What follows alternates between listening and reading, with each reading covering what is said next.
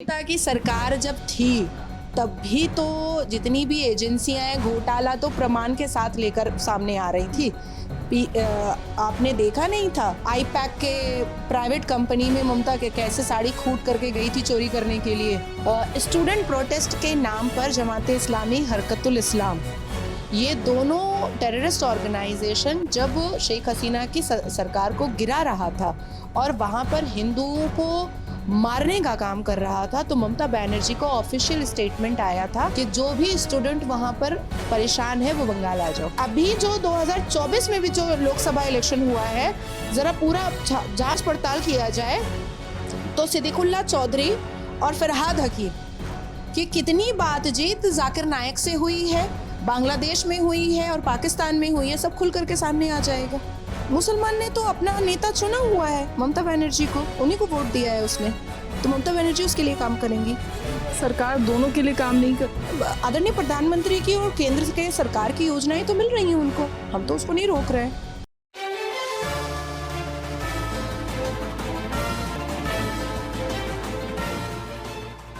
नमस्कार, मैं सौम्या और आप देख रहे हैं सडल न्यूज। जमाते इस्लाम जो बांग्लादेश का एक टेररिस्ट ऑर्गेनाइजेशन है, लगातार वो ममता बनर्जी को समर्थन दे रहा है। ये मीडिया रिपोर्ट्स के अनुसार जो चीजें सामने आई है, लगातार वायरल हो रही है। कहा जा रहा है कि एक टेररिस्ट ऑर्गेनाइजेशन अब ममता बनर्जी को बता रहा है कि आपको इस्तीफा नहीं देना है और बंगाल में पकड़ बनाकर रखनी है।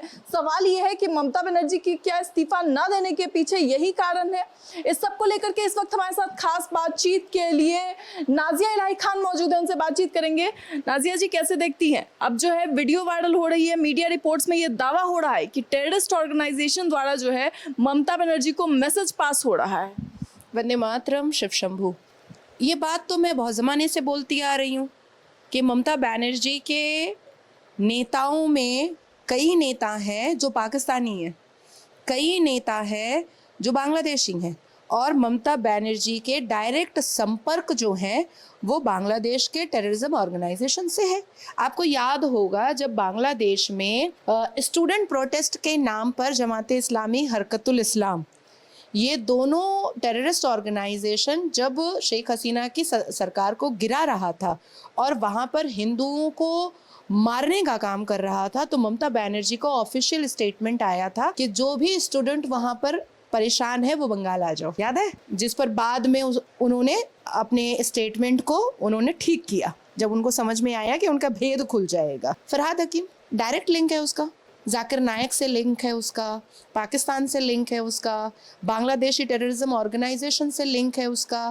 फरहाद हकीम के पास एक छोटा मोबाइल रहता है, टिप टिप बटन वाला, जिसको ट्रेस नहीं किया जा सकता है, जिसको पता नहीं किया जा सकता है। वो मोबाइल अगर किसी तरीके से एनआईए या एनएसजी या सुरक्षा एजेंसी अगर रंगे हाथ ले ले फरहाद हकीम के हाथ से, तो बहुत चीज़ें सामने खुलकर आ जाएंगी। लेकिन मैम, जिस तरीके से ममता बनर्जी कह रही है कि अब मैं इस्तीफा नहीं दूंगी किसी भी हालत में, क्योंकि अब एक समय के बाद तो खैर जो संविधान के अनुसार है प्रक्रिया चलेगी, लेकिन उनकी जो ये जिद है, इसके पीछे का कारण एक कि अगर वो इस्तीफा नहीं देंगी तो इम्पर्सोनेशन के मामले में वो जेल जाएंगी। दूसरा कि उनको ऐसा फील हो रहा है कि अखिलेश यादव, प्रियंका वाड्रा, सोनिया एंटोनियो और बांग्लादेश के टेररिज्म ऑर्गेनाइजेशन उनको बचा लेंगे और उनकी चेयर उनको बचा करके दे देंगे। वो ये भूल जा रही हैं फिर से दोबारा कि ये संवैधानिक देश है। जैसे पश्चिम बंगाल में वो भूल गई थी कि हिंदू मेजॉरिटी स्टेट है, उनको ऐसा लगा था कि ये तो मुस्लिम मेजॉरिटी स्टेट है, और बार बार उन्होंने अपनी सरकार मुसलमानों के लिए चलाई, पावर मुसलमानों के पक्ष में इस्तेमाल किया, रोटी वोटी सिर्फ मुसलमानों को दिया, चुचकारना लाड प्यार देना सिर्फ मुसलमानों को किया। और जब हारने की घड़ी पास आ गई थी ममता बनर्जी की, तो वो जब इलेक्शन कमीशन के ऑफिस में रात में 12 बजे पहुंची हैं 29 अप्रैल को, तो भी कठमुल्ला फरहाद हकीम को लेकर पहुंची हैं। तब भी उनके पास कोई हिंदू नेता नहीं था, तब भी वही कठमुल्ला जिसका बाप लव जिहाद किया था। फरहाद हकीम की माँ हिंदू, बाप मुसलमान, जो लव जिहाद की पैदाइश है वो उसको लेकर के चली गई थी। तो ममता बनर्जी से सबसे बड़ी गलती ये हुई कि ममता बनर्जी को ऐसा लगा कि 30-32% जो मुसलमान है वो उनकी सत्ता बचा लेगा, और अब फिर से गलती हो रही है उनकी कि ममता बनर्जी को फील हो रहा है कि टेररिज्म ऑर्गेनाइजेशन जो बांग्लादेशी है वो उनकी चेयर बचा लेंगे। वो अभी भी संविधान पे भरोसा नहीं कर रही हैं। देखिए, ममता बनर्जी कहती तो है इंशाल्लाह इंशाल्लाह उनके मुंह से निकलता है, लेकिन जय श्री राम से उनको दिक्कत होती है। जय श्री राम उनके हिसाब से हिंसक नारा भी हो जाता है। बैरकपुर की एक सभा में कर करके निकल रही थी, और मेरे आगे की जो गाड़ी जा रही थी उसमें कुछ बच्चे जो हैं बाहर में खेल रहे थे, वो बच्चों ने कहा था जय श्री राम। उतने में ममता बनर्जी की कॉन्वॉय और ममता बनर्जी की पूरी गाड़ी निकली। ममता बनर्जी के कान में चला गया कि किसी ने जय श्री राम बच्चे ने बोला है। वो गाड़ी से कूद करके उस बच्चे को बोल रही है, ए इधर आए, रामेर नाम नहीं भी जेले पाठिए दे। वो बच्चा 6-7 साल का बच्चा, उसको बोल रही है कि राम का नाम लोगे तो जेल भेज देंगे तुमको। हिंसक नारा तुम लोग देते हो, आप सोचो। तो ममता बनर्जी ने मुसलमानों को फुसलाने के लिए, मुसलमानों का तलवा चाटने के लिए, उन्होंने अपने स्टेटमेंट तक में कह दिया, जा गाय दूध दाए तार लाती खेते होय, जो गाय दूध देती है उसका लात खाना पड़ता है। तो मुसलमानों का तलवा चाटने के लिए आज ममता बनर्जी का ये दूरदशा हुआ है, और इससे भी बुरा दूरदशा हो जाएगा अगर वो जमाते इस्लामी के चक्कर में आ गई तो। क्योंकि प्रकाशित, हम लोग पिछले 10 साल से बोल रहे थे कि फरहाद हकीम का डायरेक्ट कनेक्शन है जाकिर नाइक के साथ। मैं तो अकेले बहुत बोली हूँ। 10 साल से मैं कह रही थी कि फरहाद हकीम डायरेक्ट बांग्लादेशी जो टेररिज्म ऑर्गेनाइजेशन है उससे लिंक में है। फरहाद हकीम की इलेक्शन कैंपेनिंग का पैसा जो है अरबों खरबों रुपया में बांग्लादेश से और जाकिर नाइक के पास से आता है। ये बात किसको नहीं पता है? ये बात पश्चिम बंगाल के मुसलमानों को बहुत अच्छे से पता है। अभी जो 2024 में भी जो लोकसभा इलेक्शन हुआ है, जरा पूरा जांच पड़ताल किया जाए तो सिद्दीकुल्लाह चौधरी और फरहाद हकीम कि कितनी बातचीत जाकिर नाइक से हुई है, बांग्लादेश में हुई है और पाकिस्तान में हुई है, सब खुल करके सामने आ जाएगा। मैम, शुभेंदु अधिकारी के पीए की जो है कल हत्या हो गई, किस तरीके से देखती हैं? ये हत्या क्या प्लान्ड थी पहले से, चुनाव से पहले से, या चुनाव के नतीजों का कारण? नहीं, ये प्लान्ड था, और कई तृणमूल कांग्रेस के पार्टी ऑफिस हैं जिसमें से सफ़ेद साड़ी मिला है बल्क में। तृणमूल कांग्रेस ने सोचा था कि उनकी सरकार बनेगी तो भाजपा में जो लोग भी एक्टिव कार्यकर्ता हैं सबको मार दिया जाएगा और सबकी बहू बेटी को विधवा कर दिया जाएगा। तृणमूल कांग्रेस की पार्टी ऑफिस से बड़े बड़े हथियार निकले हैं, काउंसलर के ऑफिस से, जो वहाँ पर पार्षद है उससे बड़े बड़े हथियार निकले हैं, और तृणमूल कांग्रेस का जो चेहरा है अभिषेक बनर्जी है शुभेंदु अधिकारी दादा के पीए का। ये बात एकदम, जैसे ही इन्वेस्टिगेशन होगा, अभिषेक बनर्जी अरेस्ट होगा, 2 डंडा पड़ेगा पिछवाड़े में, अपने आप बोल देगा कि उसने करवाया है। और कितनी हत्याएं वो करवाया है अभिषेक बनर्जी, वो भी स्वीकार कर लेगा। फरहाद हकीम को अरेस्ट किया जाए, 2 डंडा पिछाड़ में मारा जाए, वो खुद बता देगा कि कितना इलीगल कॉल सेंटर चलवाता है, कितना इलीगल कंस्ट्रक्शन करवाता है, कितना चरस कोकीन गांजा का काम करवाता है, फरहाद हकीम की कॉन्स्टिट्यूएंसी में कितना धर्मांतरण हुआ है, कितना कन्वर्शन हुआ है, सब वो खुद बोल देगा। कुछ नहीं करना है, अरेस्ट करना है फरहाद हकीम को, पिछाड़ में 2 डंडा मारना है। शुभेंदु अधिकारी ने इससे पहले कहा था कि भाई मुझे हिंदुओं ने वोट दिया, मैं उनके वोटों से जीता हूं और उन्हीं के लिए काम करूंगा।